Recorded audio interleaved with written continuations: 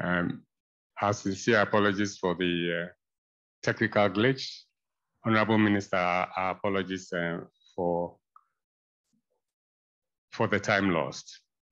It's my distinct honor to introduce Honorable Minister, Honorable Dr. Vindhya Persaud, Member of Parliament, is Minister of Human Services and Social Security.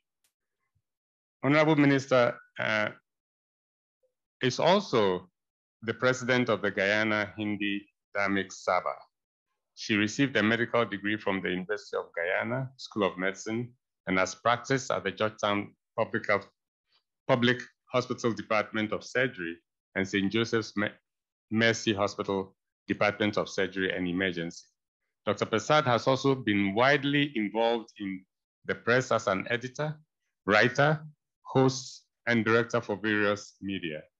I must say that my interaction with Dr. Persaud has been, she's come out as one who is very passionate about the things that she believes in, things about the youth, things about women and children, things about persons who are marginalized.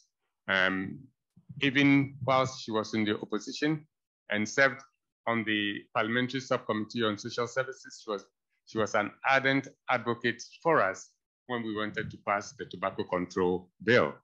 So ladies and gentlemen, it's my honor to introduce to you Dr. Persaud, whom I respect greatly. Dr. Persaud. Thank you very much for those warm words of introduction, Dr. Adukro.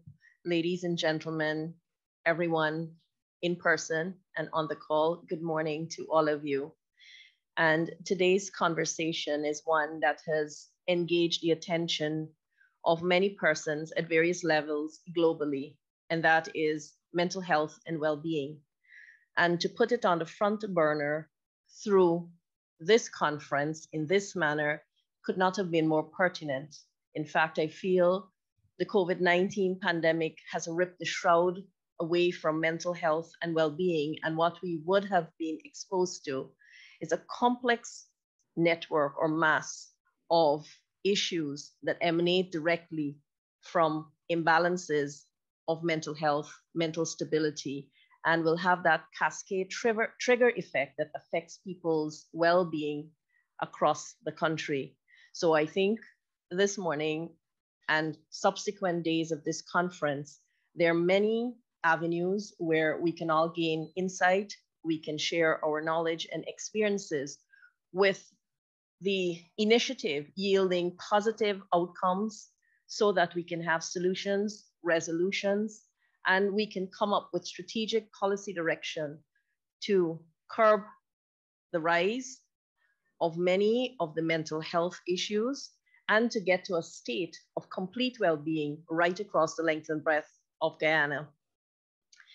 If we looked at suicide, I believe that it has remained consistently entrenched right across the country. We would have seen the levels fluctuate. We would have seen the age ranges change from time to time, but somehow or the other, it has resisted even the best of efforts. But I think this collaborative effort that we are engaging in right now, where people are pooling resources, pooling information, pooling knowledge bases, we can definitely begin moving in a direction where we can have suicide being looked at with all of the possible triggers and all of the newer forms that contribute to it. And that's a very important thing because the pandemic has brought with it so many newer triggers and causative factors. And we've seen people the world over really, really reel from the impact on their mental health. If we look at the world figures and we acknowledge that more than 700,000 people take their life at a rate of 1 in every 100 deaths globally, we can compare that to Guyana's statistics as provided by the Mental Health Unit, and they would have reported an almost 50% decline in the numbers that we see in Guyana, where we would have seen that decline from 44.2 deaths per 100,000 in 2014, averaging out to 19.7 per 100,000 to 24.6 per 100,000 persons between 2016 and 2020. Between 2016 and 2020, 787 persons in Guyana died by suicide in comparison to 946 during the 2003-2007 period. And while the decline is welcome, we have noticed some disturbing trends where younger persons are affected and are attempting to take their lives or engaged in self-harm. And this is a very, very worrisome trend. In 2016, 165 suicide deaths were recorded. And if we looked at the years subsequent to that, 184 deaths in 2017, 141 in 2018, 150 in 2019, and in 2020, 147 deaths. Regionally, we see that the regions most affected by suicide are regions 2, 3, 4, and 5. And that should not put us at any sense of ease because we are not seeing reflected here the hinterland. And I think that is because there is underreporting in those parts of the country. So we need to look at these figures and look at them objectively so that we can have a comprehensive insight into what's happening across the length and breadth of our country.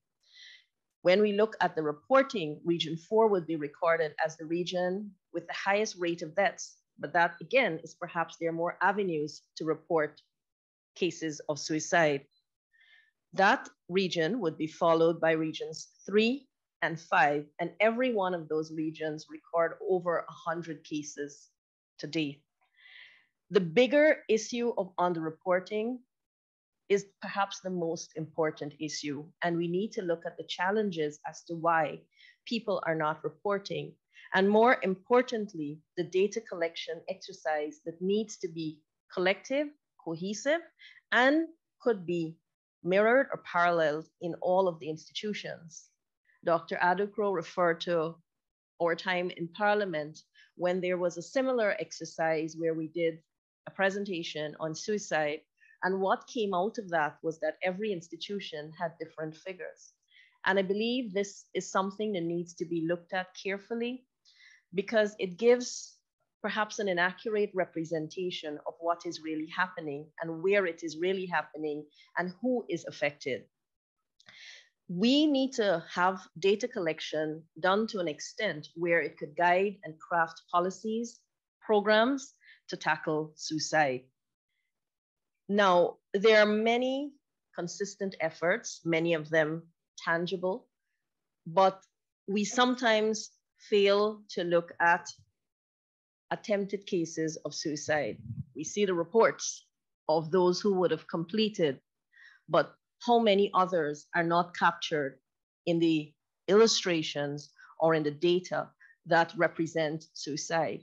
And if we are not actively capturing the cases of attempted suicide, then right away, there is a flaw in how we deal with persons who can benefit from intervention. And that's very important because we well know in the medical fraternity and further afield that one case can yield many more attempts, whether from that person or from persons around the person who would have attempted suicide.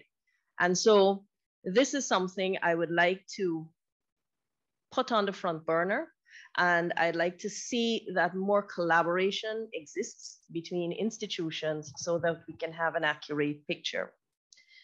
Our legislation in Guyana, as it relates to suicide, places us as one of 20 countries that continue to criminalize suicide. And suicide is a desperate plaintive cry for help.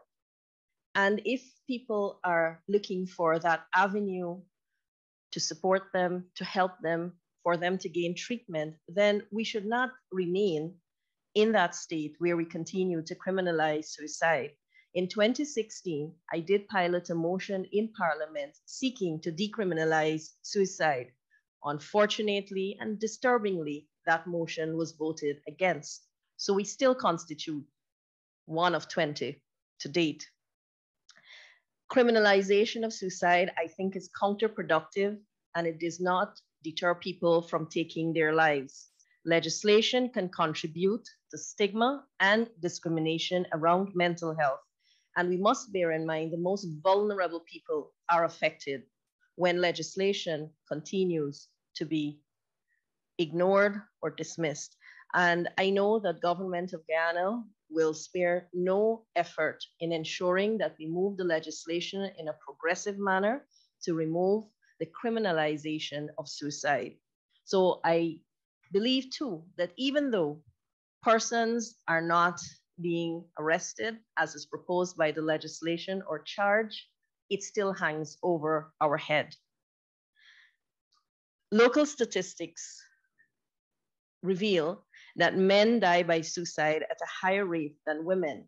In fact, 605 male deaths between 2016 and 2020 can be compared to 171 female deaths by suicide. And studies must be conducted to ascertain the reason and to look into the psyche of the Caribbean or Guyanese male as it relates to suicide. In many of the sessions, engaging men held by the Ministry of Human Services and Social Security, men, when they speak, they allude to increasing mental pressure from high and unrealistic expectations at home and from the community, the lack of internal family support to unburden. They feel stigmatized as a male to admit that they have problems coping, and they have an overall sense of lack of self-confidence and difficulty being judged. And many times that prevents them from seeking help.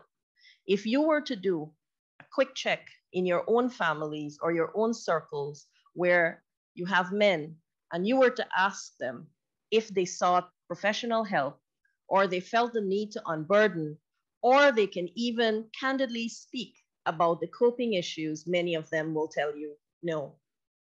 One of the ways in which the Ministry of Human Services has tried to reach out to those groups of men is to directly engage them. We did this through the virtual men's hangout, a safe space for men where they could have exchange and also gain insight as well as have personal expert opinion on issues that deals with coping mechanisms as well as how they can deal with their emotions, anger, conflict resolution. And so it bears thinking about when we see these numbers, what needs to be done. I think men need to have an outlet, and that should be provided from the community level, if not from the school level, where boys also face the same challenges. A cursory perusal of any news outlet will yield some answers as to the whys. Whys when it relates to men and boys, and I think it needs to be studied more. Unhealthy, toxic relationships, the inability to control anger, rage, jealousy, the persistent and worrisome impact of substance abuse, drugs, and alcohol, the stigma and judgment that can rise if the partner leaves, and the self-flagellation when it comes to failure, poor relationships, family pressures, financial difficulties, just to name a few. I think the question begs, has this generation's coping abilities and mechanisms been severely impacted? Are our coping mechanisms vastly different from those who came before us? And if yes, what will we do about it? And how can we take steps as parents, educators, elders, medical and health personnel to address the issue of coping mechanisms in our countries? And I believe once we address those things, we should look at tangible solutions, because once we find them, we can save life, and every life is important. Religion and culture would have also been focused on in the discussion around suicide. And many times religion has been accused as a factor impacting and contributing to suicide. And we tend to look at the number of cases and the names of the persons attached to those numbers, and we make assumption that religion is the reason that people attempt to take their life. And that's a very important thing. I remember as a medical student and also a Hindu, Many times people felt that Hinduism was directly responsible for people to take their own lives because they looked at the name of the person. And we need to move away from this archaic and tired notion as if it were the Holy Grail. In fact, I will be brave enough to say that no religion advocates self-harm, none that I have read on. In fact, as a Hindu, I was bothered so much by this. I spent a lot of time speaking with people on the wards of the Georgetown Public Hospital Corporation in the communities to see if by some way it was being inadvertently communicated under the religious banner, and it wasn't. And what I found instead were some very, very important findings.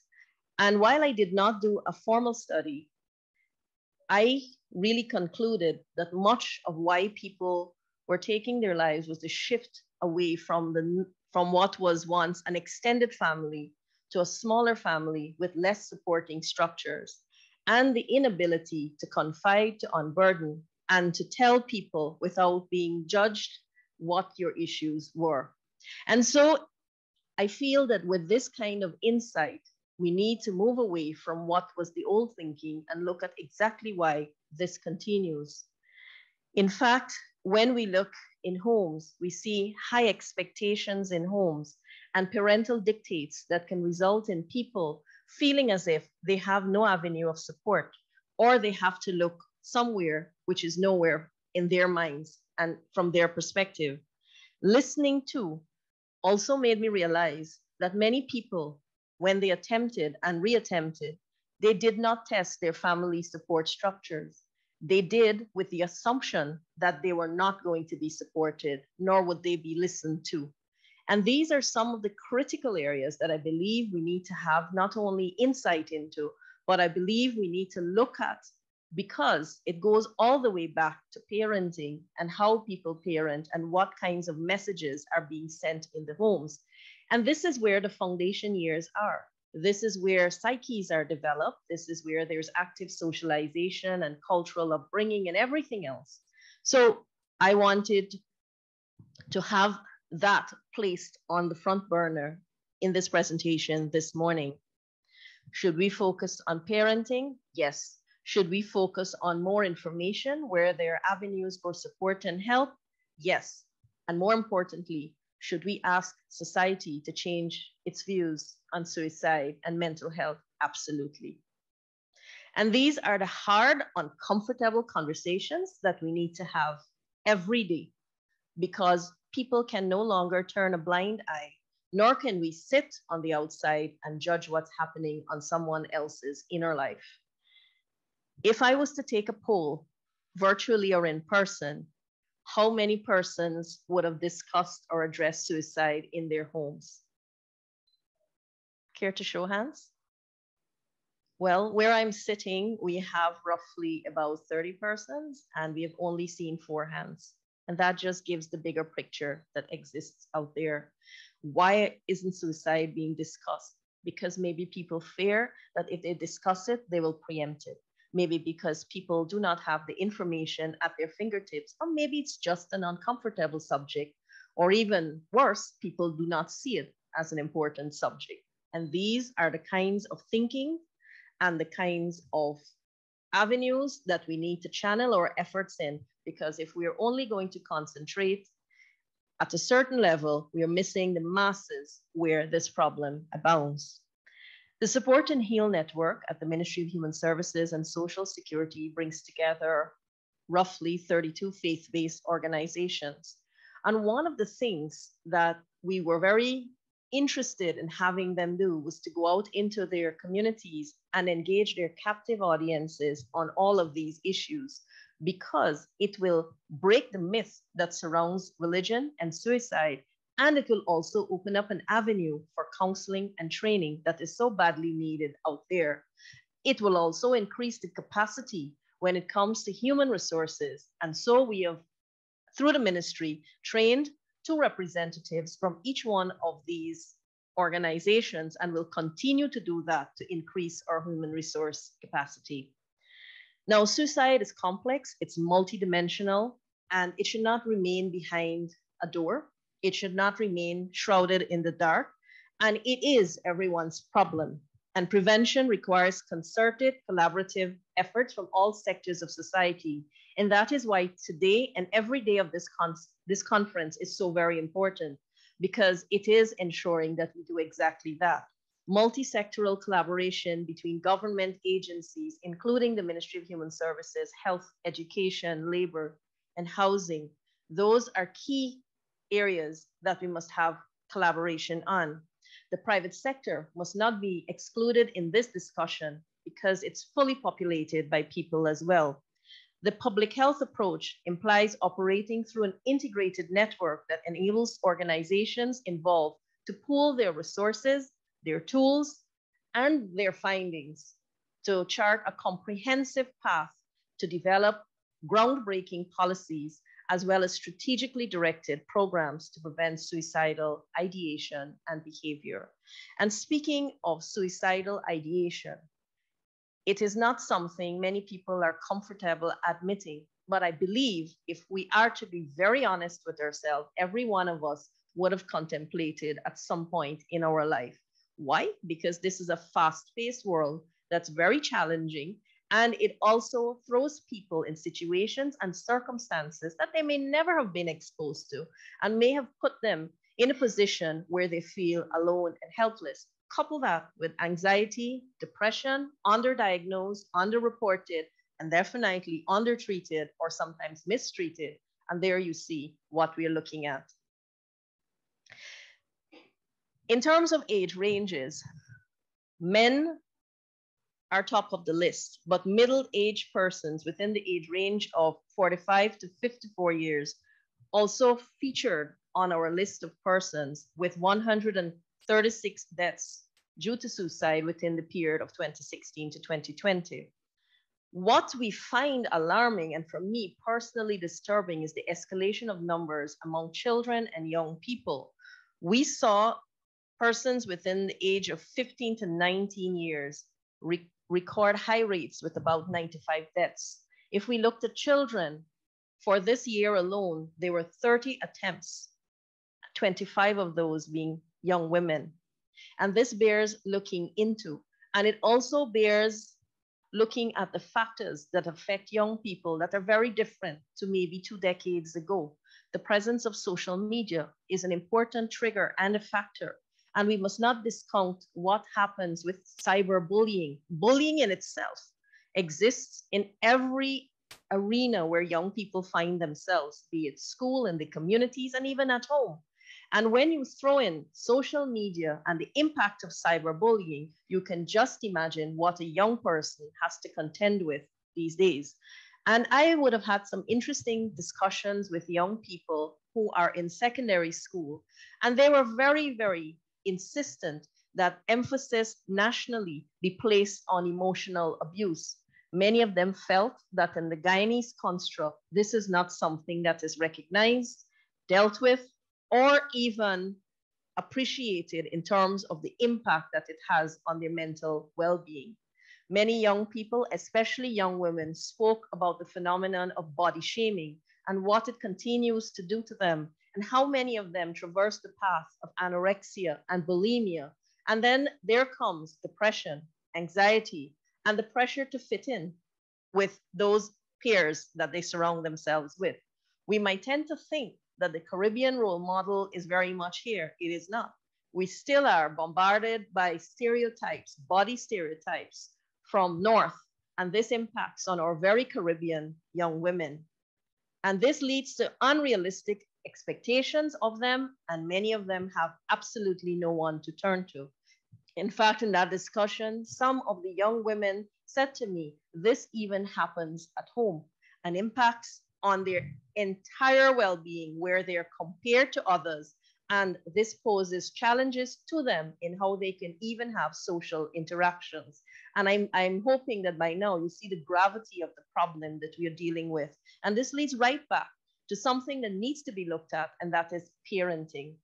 And to address this in some way, the Ministry of Human Services and Social Security will be working on parenting classes, training trainers who are parents, and also focusing heavily on early childhood education and development so that from those critical years of 0 to 5, experiences can be positive ones.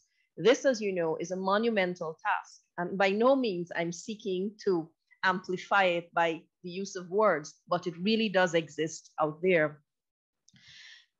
How else can we tackle this? I've always seen the benefit of counselors in school, and we must move in a direction where we have a minimum of 2 counselors in every school, where children have the added opportunity to report cases and to get counseling on site. The COVID-19 pandemic has placed children in their home.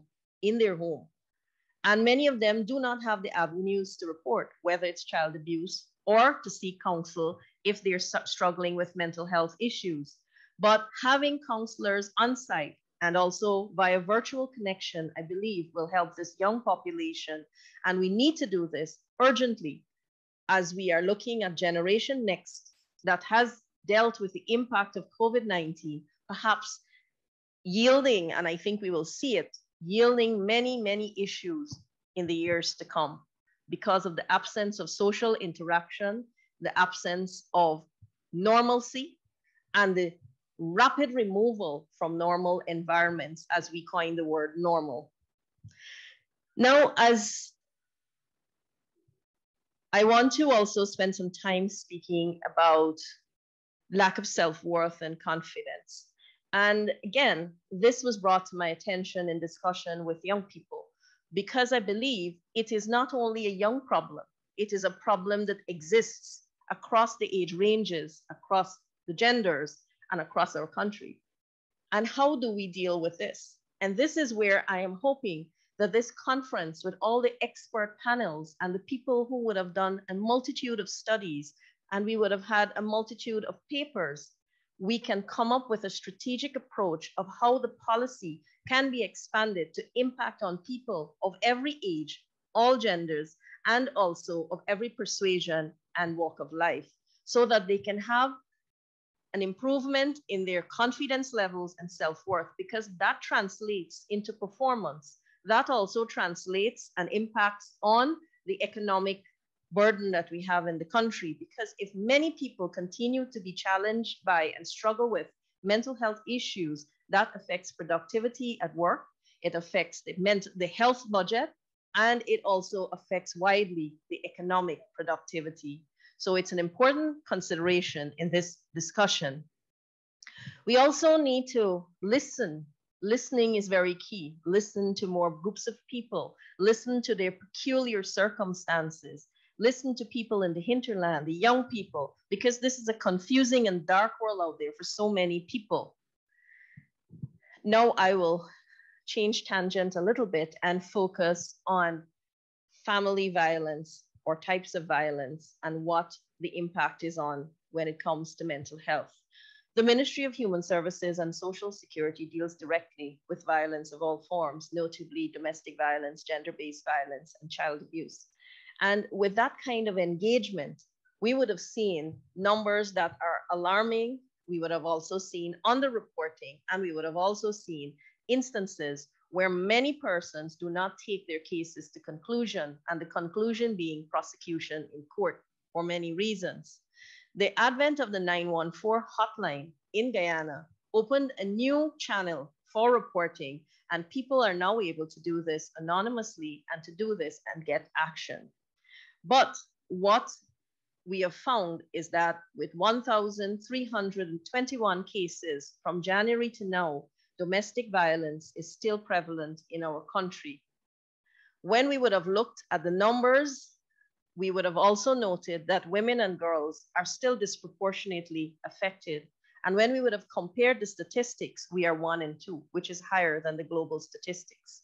It is cause for serious concern. And the challenges to address this are myriad. It cannot be addressed by any one institution or entity, but it must again start from the grassroots, where people understand the impact of domestic violence, the channels for reporting, and the avenues for support and help. Access to service can be considered barriers impacting the recognition and responses to new and emerging forms of violence in our country. And here again, steps have been made to improve and increase that access through the Spotlight Initiative by increasing the efficiency and effectiveness of gender-based referral systems, which means when someone calls into our hotline, they can be referred to any number of services and systems that their particular situation warrants, all the way down to training opportunities to get them from a state of dependence to independence. And so this is an important thing, but I also want to say that domestic violence, like suicide, like child abuse, has to do with education and awareness. And again, what the messages are that are delivered and disseminated to young people in the homes, in the school, in the religious places of worship, and in the wider community. Here again, societal judgment and stigmatization greatly affects when and if someone makes a report. Then they come to the police station, and you all know the problems. I don't need to get into that, but I can tell you that I've been diligently addressing those through training of the police force officers through an initiative called Cop Squad 2000.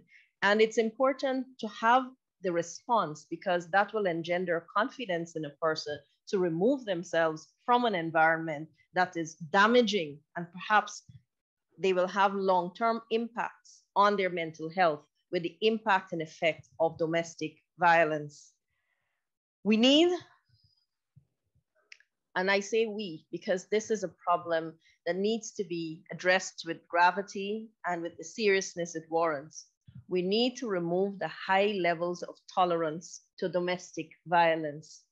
And you will say to me, but why? We are all concerned. Yes, everyone may be concerned, but how many people actively and proactively engage in working with persons who experience violence, advocate passionately against it, and are part of networks that provide support? And here is where, on this wider group, I would like to extend a challenge to those persons who are interested in working to curtail the impact and effect of domestic violence, to contact the Ministry of Human Services and Social Security so that you can join our extensive network, and right in your communities, you can be part of advocacy, support, and help people to report. It is as serious as that. Exposure to violence, whichever one you would like to look at, whether it's peer violence, cyberbullying, child abuse, domestic violence, intimate partner violence, are all associated with the increased risk of depression, post-traumatic stress disorder, anxiety, suicide, and suicide attempts. Here again, we need disaggregated data to identify how serious the problem is as it relates to each one of those. PTSD, post-traumatic stress disorder, is not something that has really factored in heavily in Guyana. Dr. Adukro would agree with me. Not many people even are aware that they have PTSD, but it is there. And it translates into children becoming adults with very serious mental health issues. In fact, we have seen through a study which will be released by the Child Care and Protection Agency, how boys who would have had very disturbed relationships with their mothers ended up in the jails, because that study would have been done in our prison system to see the impact on boys and what their difficult relationships with their parents and mothers yielded. And that's just one avenue. But if we start looking at the relationships that exist in homes, we will see that many of those yield many, many mental health imbalances going forward in the adult life. And it leads to things that we're well aware of, unhealthy relationships. And if we go backward as a loop, unhealthy relationships, domestic violence. And so the cycle continues unabated, and it needs to have that entry points or several entry points where we look at the triggers. Childhood trauma in particular, we have found to be associated with a twofold to threefold increase in suicide attempts when people are adults. with those who have experienced physical, emotional, or sexual abuse or physical neglect being at most risk. And in recent figures, again by the Child Care and Protection Agency, through our intake, we would have found in cases of child abuse, neglect ranked the highest. And that really, whether fairly or unfairly, was sort of juxtaposed with motherly relationships. I feel fathers need to be equally held accountable, but those were the statistics and what they showed. Exposure to adverse experiences in childhood, such as physical, sexual, emotional abuse and neglect, living in homes with violence, and I want to say that again for emphasis, living in homes with violence, mental health, and the growing substance abuse problems and other areas are also associated with increased risk of suicide attempts and suicide. Youth out there are very much affected by substance abuse. And whether we call it mild use or we call it use at all, it does have an impact. And when research continues, perhaps you'll find that the impact is felt more than it has been revealed at the moment. The legal drug, alcohol, also, and I always speak about alcohol. I find every opportunity to speak on this because I believe it's damaging to families. It's extremely damaging to young people. And there's a thin line between social drinking and abuse. And unless that thin line is understood, we tend in a Caribbean environment to go on the other side where there are excesses of consumption. And what we would have found in cases of child abuse, particularly when children would have had to be removed to our institutions or shelters, was that both parents, male and female, in the home, they were both using substances, whether it was alcohol or drugs. And that led to a slew of problems from abuse to neglect, physical or sexual. So it needs to be looked at through those lenses. When we look at the psychosocial effects of violence in childhood and adolescence, we might detect the remnants or the impact of these later on in life, because it would manifest itself in severe problems with finances, problems with employment, stress factors, and people may not be able to cope in their places of employ.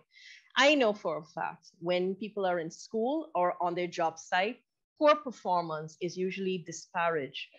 Poor performance can be called out and poor performance can be criticized. But what needs to happen, and this is something that we need to do going forward, we need to look at it through the mental health lens and to see if those persons are being affected by mental health issues, which translates into underperformance or non-performance, or also severe behavioral changes that are expressed in many different ways, depending on the personality.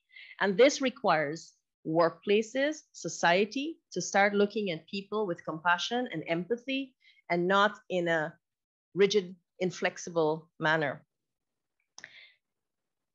We need to invest in mental health for all children and all adolescents. And the Child Care and Protection Agency, reeling from the impact of 30 attempted cases, 25 of them female girls or females or girls, we would have put things in place through the Child Care and Protection Agency with the launch of the Every Child Safe campaign. This campaign is launched with the very important element of community engagement. There are campaigns that are done through the media, awareness, but unless that information gets to the grassroots, the rural communities, the hinterland communities, the remote areas, then we would have been significantly missing quite a number of persons. So the Every Child Safe campaign through the Ministry of Human Services and Social Security allows our officers to go into communities, engage with people on the ground, teach them about child abuse, suicide, the impact of trauma, and all of the elements that we need to look at in a personalized manner. And coming out of that, we will hope, this is my hope, that this campaign will yield results because people have ownership over all of these things and will now take responsibility in their communities to, 1, identify, 2, report, and 3, not practice harmful things in their homes. In addition to that, our parenting programs continue to be rolled out with our partners, including the Family Commission and many other communities and commissions. Our child advocacy centers, and this is something I'd like to speak on, and this is an important thing in the landscape of our country and child abuse. And perhaps I'm spending a lot of time on child abuse and domestic violence, but I believe it has that level of impact on well-being, and well-being does form the second part of the conference. So the child advocacy centers are all over the country, with 2 more being established before February next year.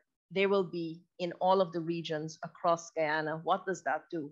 When a child reports abuse, we do not have that child go to the police station. That child goes to a child advocacy center where a forensic interview is done, and that child tells his or her story only once. This reduces the impact of mental pressure and trauma on that child and allows us to comprehensively deal with the report, having all of the necessary stakeholders present. The child does not sit at the table seeing all of them. It is done in a very protected environment. We have seen results, but what we would have also realized, the escalation in the number of cases would have told us that we need more human resources. And that is something that I know I actively need to work on. And here again, if people are in their years of study, we need more child psychologists, we need more child therapists, and we need more child counselors, because these are the kinds of people we rely on in the system.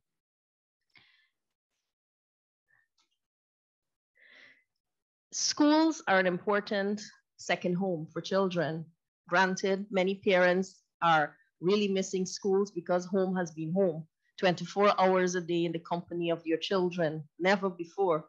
And it has also taken a toll on parents because maybe they would not have been equipped to deal with all of the complexities of children, education, and all of what they really rely on teachers for. But schools still remain an important entry point for training of teachers and training of persons within the school system to identify, to report, and to intervene in cases of mental health issues and child abuse so that they can be dealt with at the earliest possible time. And let me move to women. We would have seen the figures show more men, but we would have also seen many women contemplate, attempt, and complete suicide. And those who are exposed to intimate partner violence or violence in the home are at a higher risk of committing or attempting suicide in comparison to women not exposed to partner violence. In the 2019 Guyana Women's Life Experience Survey, ongoing intimate partner violence may contribute to the suicide prevalence. More than 3 times as many women who have experienced physical and/or sexual violence from a partner reported that they had considered or attempted suicide at least 1 time in comparison to those who reported no such thing. Persons also disclosed contemplating or attempting suicide during pregnancy out of desperation to stop the violence against them. And although this is not the avenue, I suppose, I just want to flag one word: postpartum depression, and why we need to pay attention to it. When someone has given birth, don't dismiss them as losing their mind. Postpartum depression is a very real thing, but that might have emanated from violence during pregnancy. And postpartum depression, we would have read in our various news media outlets, would have led to people harming their own children and doing many, many things that, of course, everyone frowns on. But it really makes us have to look at the deeper issue behind that. Among suburban women, the proportion of women with suicidal ideation or attempt increased to 35% among those who also reported violence, compared to a 9% among those who did not. Women living in urban and hinterland locations reported the lowest rates of suicidal ideation and attempt, 18 to 19% among victims of violence, and 5% in people who did not experience violence. And again, while these are figures that are a step in the right direction, I do want to flag here underreporting. And also people considering violence to be a part of their regular life because that's what they would have grown up being exposed to and that's what they're experiencing. So they may not see the need to report, or they may be financial issues, financial abuse, and so many other forms of abuse. Victims have also described considering murder, suicide, including their children, and we would have seen that in Guyana. So as you can tell from what I'm seeing, there's so many facets to this complex issue of suicide. Access to health and behavioral healthcare services is critical for people at risk of suicide, and this is just one piece of the puzzle. While that care should be delivered efficiently, effectively, and there must be continuous training of our workforce, systematic identification and assessment of suicide risk, implementation of evidence-based treatment, continuity of care, continuous quality improvement in everything. Care, and this one is important, care that is patient-centered and promotes equity for all patients is also of critical importance. Lack of access to mental health care and other key social protection services is one of the contributing factors related to the underuse of services that can save life. And we must identify what the inadequacies are. And one of the things, and I say it again unapologetically, when patients come to you and you want to refer them for specialist care or any kind of mental health intervention, the issue of confidentiality, that's a big one. And that is something that needs to be improved. We are a small country and everyone knows everyone else. And so this precludes many people from seeking help. So as we continue the discussion, as we continue the conversation, as we look deeply into an issue that has many elements and that is integrally connected to so many other social ills and issues, I hope that everyone in Guyana, and this is where everyone in this room and on the call needs to become an ambassador of information. Everyone could raise the antennae so that there is an awareness that exists in homes.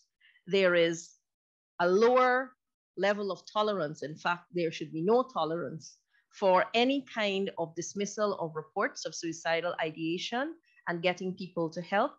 And more importantly, no dismissal of cases of abuse and violence. That is the only way that we can curb what is happening. People tend to blame and rely on institutions and organizations to solve these issues. Yes, institutions and organizations do play a role, perhaps a big role, and need to be effective and efficient in delivery of services. But what about people in communities? It requires behavioral change. It requires attitudinal changes. It requires empathy, compassion, lack of judgment, and stigmatization. If you were to go out there and ask people what are they most afraid of, they will tell you judgment from others. Isn't that so? Yes. And sometimes the judgment is not in the wider community, but also in the home circle. If you look at professional circles, there is also heavy impact of judgment. Someone's not doing well, someone's not performing, someone's not scoring. What is the reason? It's not that something is wrong with them. And in our country, we are beginning to look more at autism and dyslexia, which would definitely have an impact on academic performances. So just to give you some insight into 914, we would have had from December 2020 to July 2021, 353 calls reporting domestic violence. Compare that to 1,321 cases reported. Very small. So we need to have people use more of these reporting channels. In the instance of cases with child abuse, Child Protection Agency, 158 reports. With regard to the number of calls, we found that the calls came primarily from females, 231 of those, and 3 callers did not disclose their identity. 1 child called in to make an actual report, and we had 1,500 prank calls. The press is asking me actively why 1,500 prank calls. At least the children know 914, but parents need to teach them that it's a serious hotline and what they should use it for. So as we continue to build momentum on mental health issues, tackling stigma and promoting access to evidence-based services, key social protection measures can play an integral role in improving the socioeconomic vulnerabilities of those experiencing hardships, which can often lead to suicide, attempted suicide, especially during the COVID-19 pandemic, which has already exacerbated the risk factors associated with suicidal behavior.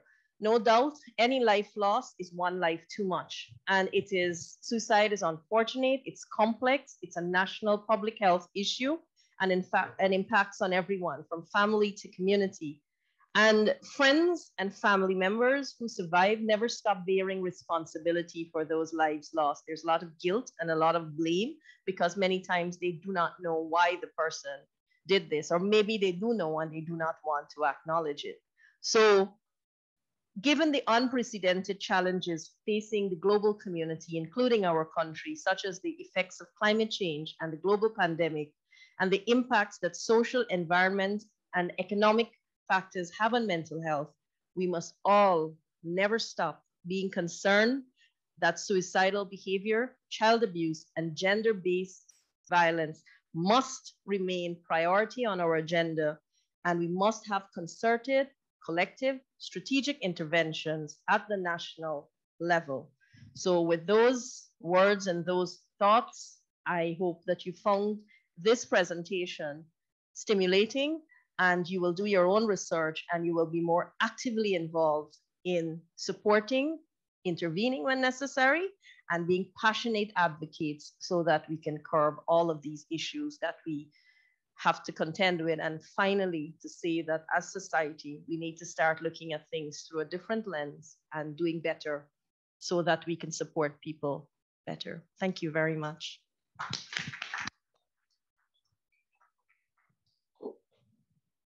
Well, thank you, Honorable Minister, and sorry for the big late start. Thank you for the eloquent presentation with clarity, the intensity, the commitment. It's my understanding that we have questions online. What I would suggest is that please post them to our site and we'll forward them to Honorable Minister because of time.